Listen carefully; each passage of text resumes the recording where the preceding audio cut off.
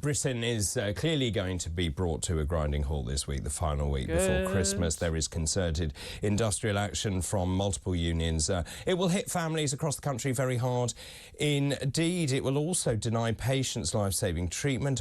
Obviously, it will jeopardise lives. I'm very deeply worried about how it will compromise the healthcare system and will paralyse the transport network. And particularly for elderly people stuck at home, if they trip and fall, there is every chance they will not get an ambulance to take them to hospital.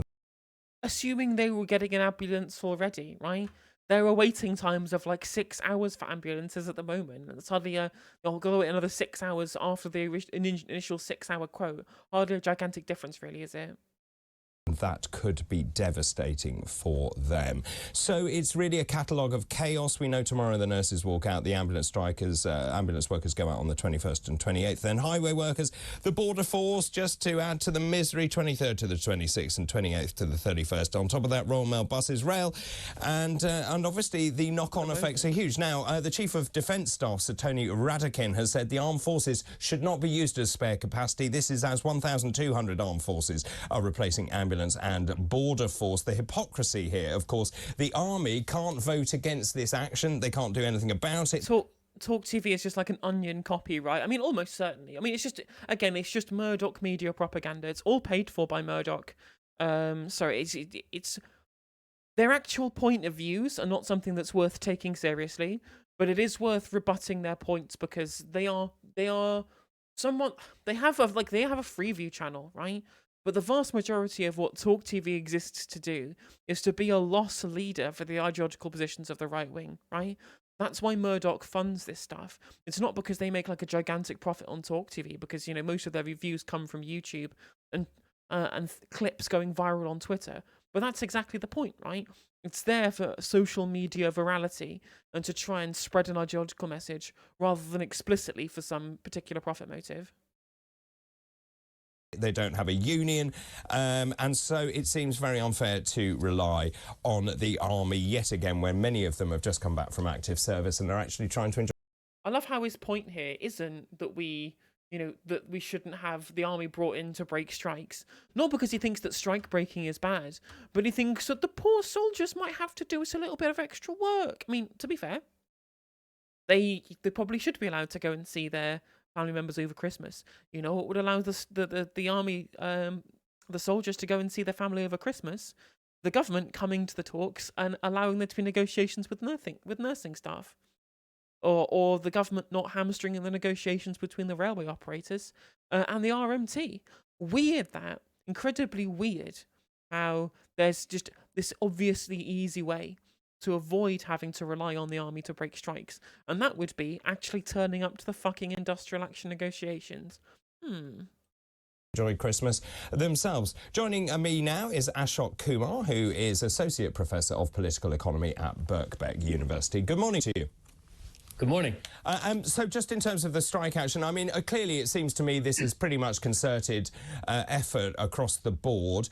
Let's start with the nurses' strike. I have sympathy with the nurses. I think they have been underpaid for a long period of time, but to push for 19% I think is untenable. The independent pay review body suggests 4.75%. Surely there should be a meeting point somewhere in the middle.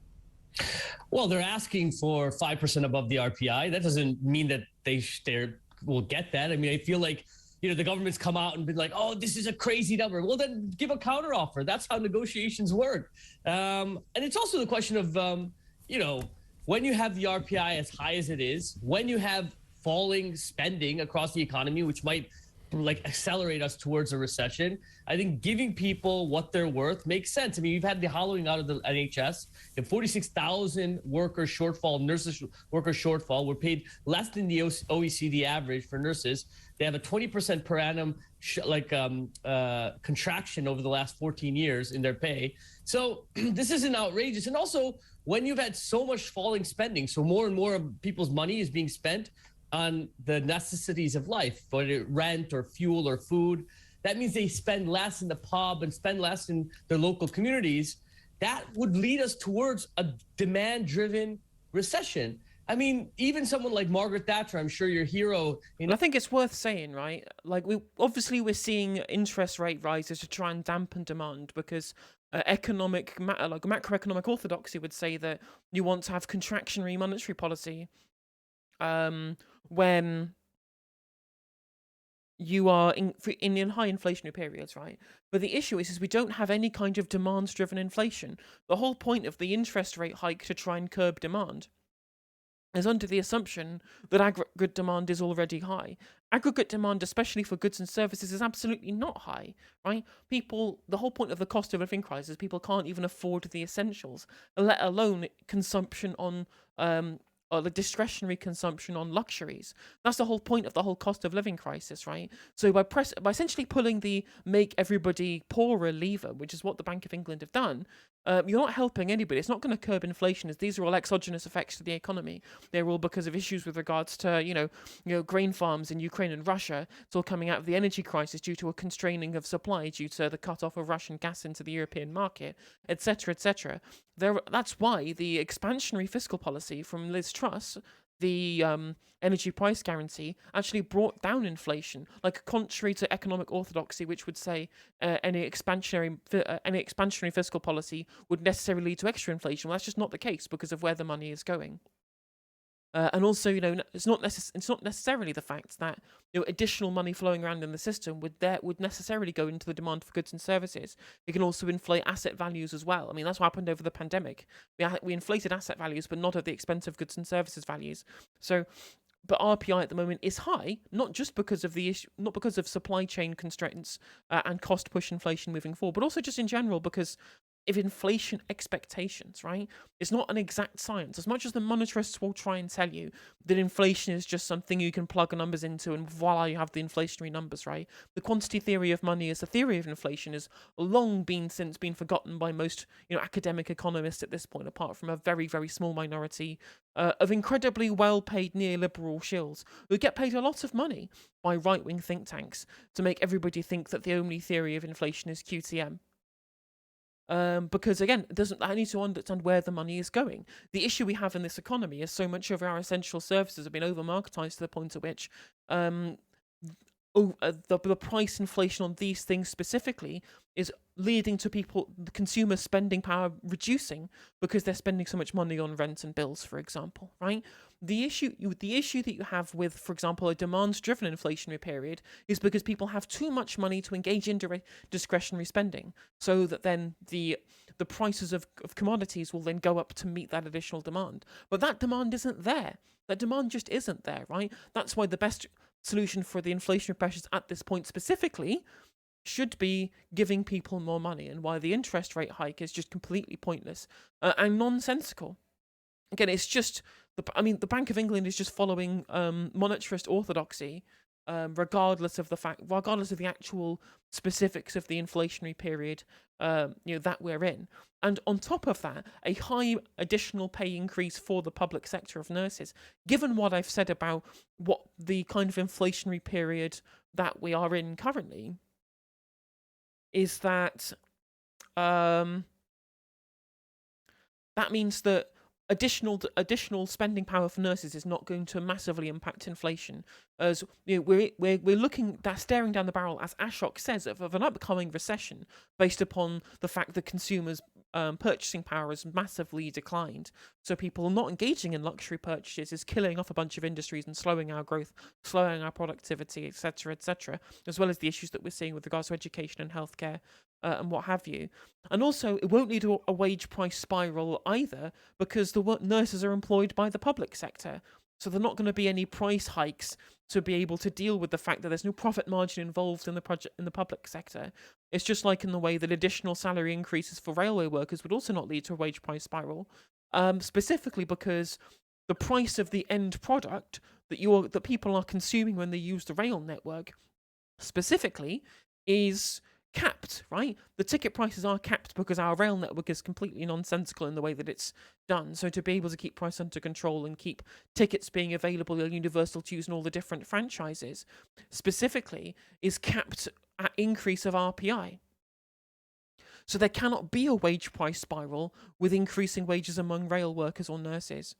So a lot of what they're saying about issues with regards to nurses' pay and railway workers' pay, etc., about there being increasing inflationary pressures is just nonsensical and a bunch of debunked, 80s monetarist neoliberal economics, which don't even factor into kind of regular economic analysis, in academic and economic analysis in these day and age.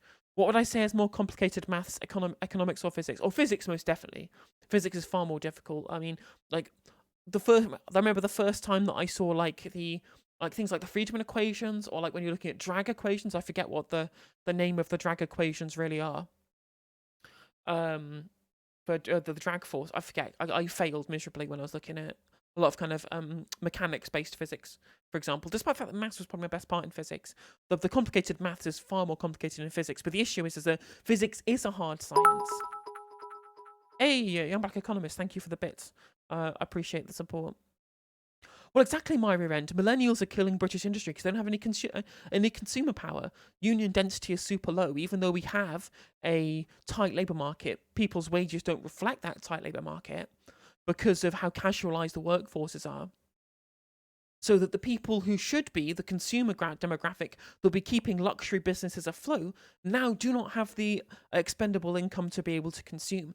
The Zoomers actually have lower non-housing expenditure than literally the retired. The retired are bigger consumers than teenagers and early 20s people. That is like an economic catastrophe when you think about it. The issue 255, going back to your point though, is that whilst physics is a hard science which is entirely based basically on maths, and you can make concrete predictions for a lot of things unless you get into kind of like weird like kind of physics around like kind of cosmology and things like that. The issue with economics is you have to have a mix between hard and soft science. So a lot of it is done by maths, but there's also loads of it which is just done by sociological understandings of how people participate within an economy, and using longitudinal studies where you do surveys and all that kind of stuff to try and infer answers based upon sometimes circumstantial data. So economics is a lot more complex in that regard, as opposed to physics, which is just all plugging numbers into a lot of formulae, and you'll be able to get accurate representations until you get down to like quantum physics, molecular level, and or cosmological physics, which is a lot more kind of wishy-washy in the way that it's described, because it's makes a lot of inferences to get to where it is, right? But that's the thing. I mean, there was a really good paper that UE recommended to me, which was called The Probability Heuristic, which is essentially a paper that examines the way humans respond to particular probability incentive structures, right? Really interesting, very much recommend reading it, but it just shows how things like behavioral economics are really, really important to how we understand economic analysis. You can't just say, well, quantity of money times velocity of money equals the rest of that equation, I forget, right? Because that's not substantial enough to be able to understand human beings' economic behaviour. And that's why monetarists and neoliberals are so wrong, because so much of their political and economic ideology is based upon praxeology, which is the belief that all humans engage in purposeful rather than reflexive behaviour, which is just wrong. That just doesn't in any way reflect the way in which people actually behave. And there's also denial of empiricism as well. What's a good intro to economics book? I honestly couldn't give you a particular name right now. I think it's any specific book that you'd read probably wouldn't give you enough of a particular overview. And then I've not read too many like specific books about economics. I've read a lot of articles, I've watched a lot of videos, read a lot of like papers and studies, and kind of meta-analyses, but I've not got any specific books that I can recommend you. I mean, I think is sundry. I may not feel nice, right? Because the whole part about neoliberal economics, right, is that they specifically say that it's what it is it represents uncomfortable truths that leftists don't want to hear. For example, Yanis Varoufakis, really, really good economist, yeah. You can calculate the velocity of money if you're throwing pennies and tramps, true. But it feels nice to them at sundry because they want to believe that it's hard truth because again, they don't. It's really difficult to get them to not believe in something when they're when their career is dependent on their misunderstanding it, and they want to misunderstand it specifically because it benefits their paymasters. But it also goes longer than that, in that it's not just about whether or not whether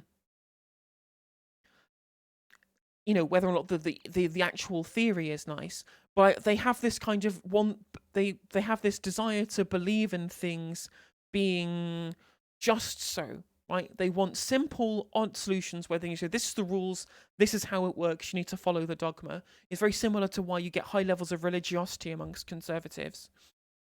Thank you for the recommendation, Young Black Economist. I'll have to check it out. Because I'm not saying that I'm some kind of whiz on economics, because I'm really not. There are plenty of people more learned than I. But I just find it fascinating. Like the only thing the only thing I have any really experience of is physics specifically. But I also forgot all of my physics degree, so I can possibly expand much further on that. But thank you for the recommendation, Young Black Economist. I'll definitely check those papers out. But yeah, so having a bunch of rules for the economy, like your quantity theory of money, or the way we look at interest rates, etc., etc. Having these dogmatic rules helps them find comfort in the fact that things can be very simplified when that's just not the case, because human behavior is incredibly complex, and human behavior is at the heart of economic activity at the very least, right? In 1979, when she came in at 21% RPI, gave 25% pay rises across the public sector. Do you think that's too much? 25% pay increases across the public sector? Well, let me just go back to the principle that you talk about, which is inflation. It is coming down. It was 11.1%. It's now 10.7%. Yeah, Chicago School is neoliberal Milton Friedman stuff. Yeah, like monetarism, 1970s, early 1980s stuff, like the shit they did to Chile. It kind of comes. It was. My only understanding of the history of Chicago economics is that actually, even though it's called Chicago economics, a lot of it came out of Germany and like people like Wilhelm Röpke and the order liberals of the time. Because really, what actually people get wrong about neoliberalism is people think that neoliberalism is free market libertarianism, when there's a distinct difference between the two. In the kind of neoliberal, libertarian free market economics believes in a minimal state that does basically nothing, for example. The state should never get involved in markets, even at the point of monopolized markets or whatever, etc., etc. Whereas neoliberals, what they actually really believe is that the central role of the state is not to provide goods and services, but explicitly to ensure that markets are as competitive as possible. Which is why actually neoliberals do believe in things like antitrust laws. But that's kind of gone by the wayside now, as people kind of because once you roll back the role of the state within economics, within macroeconomics, that then teaches people that the state is also bad. So then from neoliberals, though, where they have at least an ideology that kind of makes some sort of sense, even on a superficial level, you then deepen those kind of ideological leanings that would push them further towards libertarianism, just in the same way that a bunch of people who got into democratic socialism because of Jeremy Corbyn, they took a lot of those principles and then they run with it, and now they're a bunch of fucking Marxist-Leninists on Twitter at this point. The example you always give is that mandating people to buy health insurance is neoliberal but not libertarian. Well, yes, exactly. Oh no, we shouldn't go back to the gold standard. Fiat currency is super fucking based. I love me some fiat currency.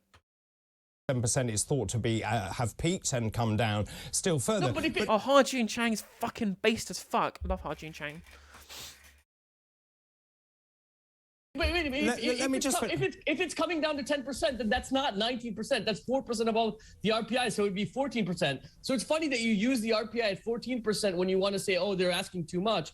But when you're trying to make an argument I'm not saying they're asking too much. The independent pay review body suggests that it should be 4.75%. Now, just in terms of everyone else, so the ambulance workers have been offered 4%. They only want 11%. So tell me, why is there such disparity between nurses wanting 19 and ambulance workers wanting 11? Well, they're different unions. I think we also have, that's what they've come to an agreement of. I also think that nurses, for the longest time, have seen this massive shortfall you've seen starting salaries of between 12 and 14 for nursing assistants. And you saw that over the pandemic, there was this huge sort of recognition and public sympathy and empathy. So I think there's a recognition that it's very difficult for the government to simply alienate them or sort of dehumanize them like they've done in certain other sectors. It's also that when you're a striking worker, the whole point is to demonstrate the importance of that work. And so they've struck, and people have recognized, wow, this is such a valuable part of the economy. It's not like, when we were during the pandemic, certain parts of the economy, the upper end executives sitting in their gated communities, not really doing anything, actually being quite parasitic to the economy, but the essential workers, the essential people in our society that we could literally not function without, like nurses and drivers and people who work in agriculture, people who work in the local shop. Those are the essential workers, and a strike is a demonstration of how valuable those workers are. Whereas executives who are making between 40 and 70% pay increases over the last 3 years are completely useless, and they demonstrated how useless they were during the pandemic. Mossy Chops, it used to be different. It used to be that in the UK, a billion was a million. But for some, I don't know when it changed, but it does change. It has changed now. And in the UK, we also use the American billion, which I find very frustrating because I think that the UK billion makes more sense when you look at the way in which we usually would stratify numbers like that. But hey ho, whatever. It is what it is. Language is descriptive, not prescriptive, so whatever. The presenters that migrated to Talk TV and GB News is very telling. Well, yeah, grifters. Yeah, either like extreme right-wing people and or grifters. Because they know there's a lot of money in it. Because, Talk TV is funded by Murdoch and GB News is funded by the Legatum Foundation and the Marshall Wace Head Fund. The Marshall Wace Head Fund, amusingly, for some, by absolute coincidence, has millions of dollars worth of private healthcare investments. And then suddenly the GB News output is a bunch of stuff criticising the NHS and wanting more privatisation in it. Very, very weird. So 1 billion used to be a million.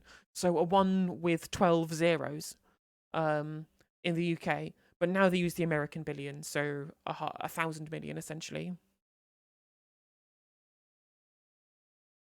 Yeah, 1,000 billion, young black economist. But Ashok Kumar is 100% correct here. Yeah, exactly. The whole point is that these people are completely integral to the functioning of the economy.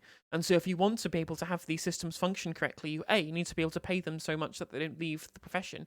Pay them enough so that people recruit them, and C, pay them enough to bloody live, right? For job needs doing, which, most jobs do need doing, but it's, especially so when it comes to people like nurses and ambulance drivers, they deserve to be remunerated accordingly. Now, I don't know about how the pay of ambulance drivers has changed over the past 12 years, whereas I do know that over the last 12 years, the 19% pay rise they're asking for would take them to the same real terms pay that they had with purchasing power in 2010. So that's why they're asking for 19%, which I do absolutely believe, 100% believe that they should get that. So I'm not sure, but again, it's the nurses are the nurses are the RCN, that's their union, and the ambulance drivers are Unite, which is their union. So that's why there's different pay offers, as Ashok Kumar rightly pointed out.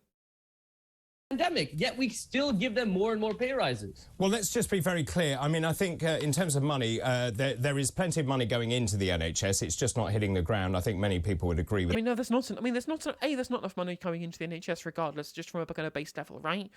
The amount of funding for the NHS as a percentage of GDP has consistently dropped year upon year upon year from 2010 until now, right? It may have like additional extra funding, right? The funding might have gone up in absolute terms, but in real terms, as a percentage of GDP, which is the real measure that matters, because that's measured it in comparison to the size of the economy, which is also roughly equivalent to the size of the population, right? Because again, the whole point is making sure that it has enough money to be able to meet the demand, rather than the fact that it has enough money, rather than just whether or not it has more money or not, right? Which is why I think the measure, that actually has the most utility about whether or not the NHS is funded is the percentage of how much is being spent on GDP, rather than overall the amount of money just as an abstract number. Like, so you quantify it as a percentage of GDP, which was continually going up every single year until 2010 and has then dropped ever since. So that shows you the level of defunding and the level of real terms defunding that we've seen of the NHS within that time. And this is real terms pay as well. So this is all inflation adjusted to, just to clarify before anyone in the comments said stuff about inflation, etc., etc., etc. What was I going to say? Oh, yeah, it's all going to diversity stuff, the diversity training. I think we covered that before, didn't we? Like I said, I think it was Toby Young was getting mad about it on Twitter, and it turns out the amount of money being spent on diversity in the NHS was 0.00005% of the entire budget. I believe so, Mossy Chops, yeah.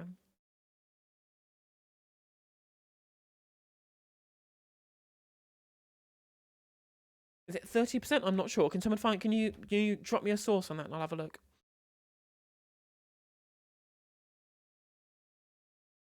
The other day you tried to ask an ambulance driver the other day, and apparently they get paid. Get out of the way, you prick! This bloke is having a stroke.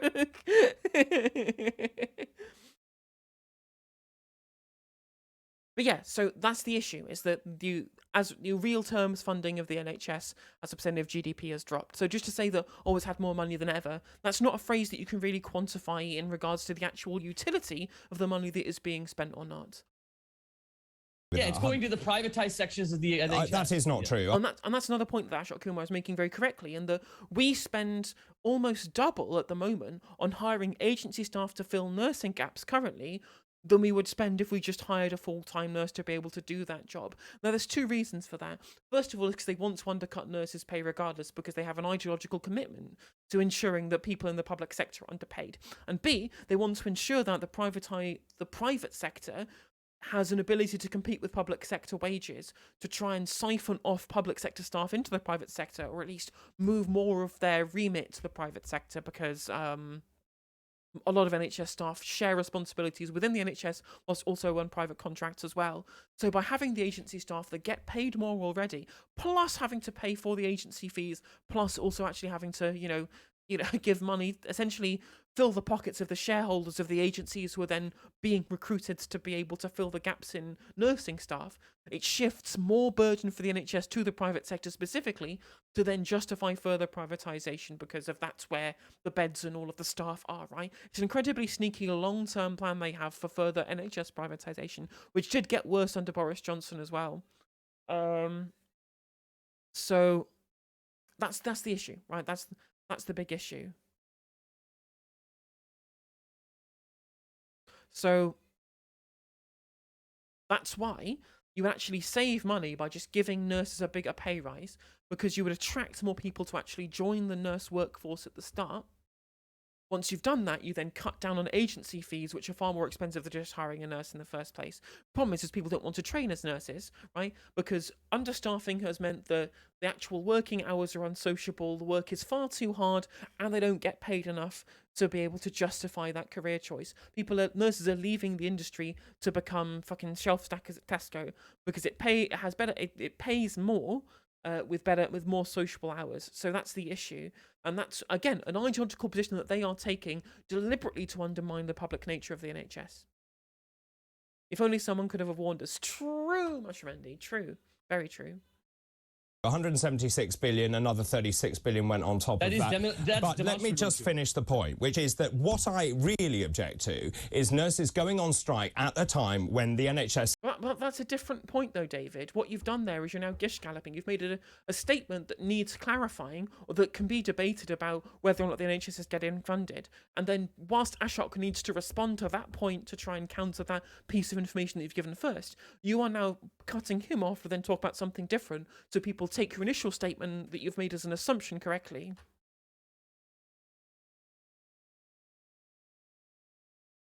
The presenter is a doctor who was privately schooled from 3 years of age. It's always the fucking private school people, isn't it? Is under the most pressure. Now that also, and not just nurses, but ambulances too. If you have an elderly relative who falls and slips and breaks their gets a fractured neck or femur, they will be lying on the ground. We know the ambulance cannot prioritise them, and they may well die as a result of those injuries. Are you happy with that? Are you happy with the government not paying them what they're worth? Are you happy with letting elderly people die? Yeah, but by not. Simple. If we don't want elderly people to die because of lack of healthcare from the nurses or from the ambulances being on strike, right? Why don't the government come to the table and start negotiating? They seem to have, as Ian Hislop said on Joe Politics interview, right?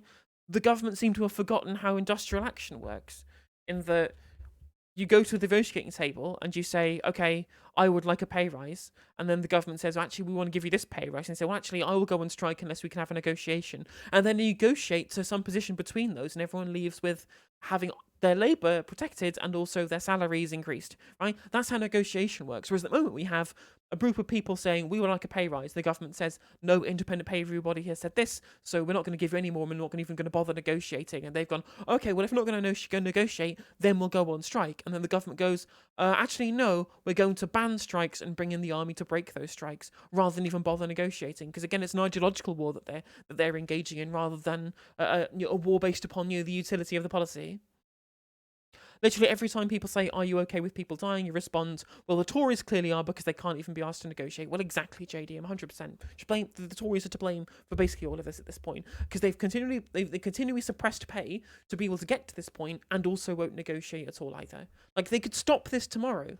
All of the strikes could be stopped tomorrow, apart from, like Royal Mail or whatever. But like the rail sector strikes and the nurses strikes could be stopped tomorrow, right? If Mark Harper and whoever the health secretary is, I've forgotten their name, just went to the Steve Barclay just actually went and fucking negotiated. They could stop both of these if they just went to the negotiations, or stop, in the case of Mark Harper, stop hamstringing the rail negotiations by trying to insert unfavourable conditions, specifically to try and ensure the strike action goes on, because then they continue their ideological war without worrying about whether or not the trains are actually functioning at all. Because no fucking Tory takes a train, so what do they care? Paying them what they're worth. That's the thing. That's why they're happy for the strikes to continue, because they know that the people who are going to be negatively affected by the strikes are people who are never going to fucking vote for them anyway. So it's a convenient bargaining chip for them to use to try and turn regular kind of working people against other working people and towards kind of conservative political positions, by saying, look, these people who you rely on are inconveniencing you. Whereas all of the posh rich people who can afford to drive everywhere, they're not affecting them at all. Right? So you need to blame the RMT because you rely on them, despite the fact that we would have a settlement if the government weren't intervening in the negotiations. Exactly. The poors vote Labour, so why even bother trying to stop the strike action when you could continue getting the strike action to continue and try and turn the poors against each other? You're letting that elderly person die. I'm not the government. I'm asking the question. Yeah, I'm asking you. Are you happy with the government not paying them what they're worth? I'm nothing to do with the government's pay I have dispute. nothing to do with the nurse. Yeah, exactly. It doesn't matter whether or not you're anything to do with the government, but are you happy with the government doing it? Like, do you support? You've clearly, despite not being a member of the RCN or Unite, you clearly have pretty strongly developed opinions, David, on whether or not they should be engaging in strike action. Yet you neglect to be able to have any kind of opinion on the actions of the government in this two-way dispute. Right? Disputes have two different parties involved in them, and one of them is wanting to negotiate to stop the strikes, and one of them isn't trying to negotiate to stop the strikes. Very, very easy. I mean, strongly purchased opinion, well, true. I mean, either way, it doesn't matter whether he's saying it because he's a grifter, or whether he's saying it because he genuinely believes it, and because he genuinely believes it, that's why he's been hired, right? Like, as Noam Chomsky says, right? I'm sure you believe everything that you believe wholeheartedly, but if you believed anything else, you wouldn't be sitting where you're sitting. I have nothing to do with the nurses. I'm saying, are you happy with that? My question is, taking industrial action at this time, to me, seems callous in many ways. I would wait until this winter crisis is over. This is at a time where we already have all of these people waiting for elective procedures, where we're never going to... I can't believe that, striking workers would wait until the moment at which their existence, right, is... and the value they have to society is being shown to be as valuable as it is, right? I can't believe that they would choose the time that causes maximum disruption to try and leverage their negotiations. How fucking wild is that? It's almost like disruption is a necessary part of industrial action, and the whole point of industrial action is to show how invaluable you are as a member of the workforce. That's literally how that works, David. This year's winter crisis started in August. Have you even spoken to a single NHS worker? Well, exactly. Yeah, well, literally a permanent crisis. Like the cost of living crisis will continue until the government take action to address it, which they don't want to do. To catch up. And actually, I think what these unions are going to do, and make no mistake, this isn't about individual doctors and nurses, many of whom don't want to strike. They used a disaggregated vote to get this through. But what they want to do is to cripple the government and the NHS. And if you ask me, they're going the right way, where the NHS won't actually exist.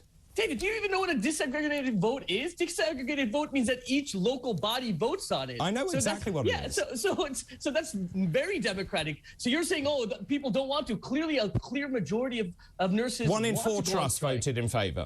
Yeah. So then 3 in 4 did not. So yeah, 3 and 4 will be fine. They won't be disrupted. Yeah. Right. So that's what a disaggregated ballot is. It's more democratic in lots of ways. So when you're like I can't believe you would try and say that devolvement, so that people who don't want to go, that trusts that don't want to go on strike won't have to go on strike, means that rather than having one centralized body dictate it to everybody, well, that's literally more democratic. Like honestly, that's ridiculous. Like the statement that Ashok's clearly rebutted it incredibly well there. So I don't really have much to add, but just like David Bull's brain is just full of fucking worms. He doesn't understand the words that are coming out of his mouth, and he's just saying there like, well, we won't end up with an NHS if this continues. And I'm like, we won't end up with an NHS if it doesn't continue. Like the fact that the NHS is on its knees already because of specific policies being undertaken by the government to try and expedite the privatization that we're seeing already. This is these nurses and whatever. These are the bulwark against that.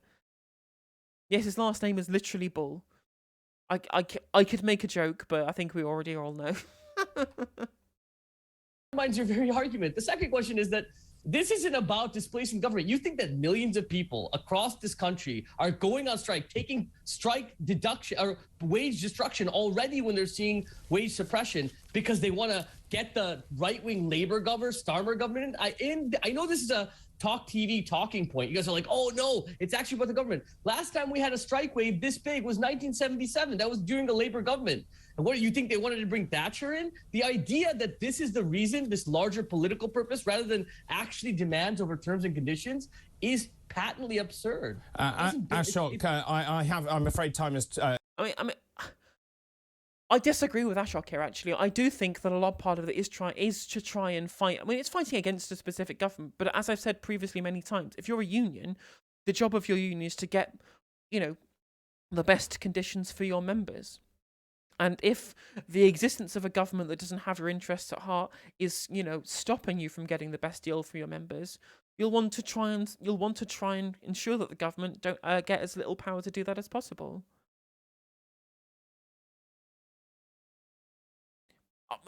I don't get. I think the attitude is really funny. Well, I think that was cool. It's just like, it's just a Talk TV talking point, just telling it to their face that they're just propagandists, right? And I think we need more of this. I'd love for Talk TV. If you're watching this, right? I don't know why you'd be watching this rather than the million other segments I've done reacting to your content, right? If you want to come and fucking debate one of your DJs at some point, I'm down. I'm super down to want to debate that. Bring me on. I'd love it. It would be funny. So bad we can't turn away. Yeah, true, young black economist. But I think, if a general strike brings the government down, fucking based. Although Ashok is also right in saying that why would the unions be trying to bring the government down, considering that the only alternative at the moment is a right-wing Starmer government that also is saying identical things to the Tories about unions, to the point at which the Labour front bench are now admitting that they would also use the army to break strikes. We just have fucking two neoliberal anti-union parties, despite the fact that one of the parties is mostly funded by the fucking unions. What bizarro world are we living in?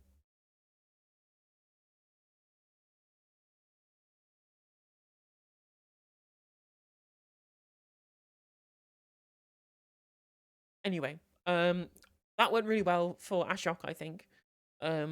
And we actually had a really good discussion about macroeconomics, which I was not expecting for this segment. So I hope you enjoyed that. And if you're enjoying the content, you can become a member on YouTube for just 99p.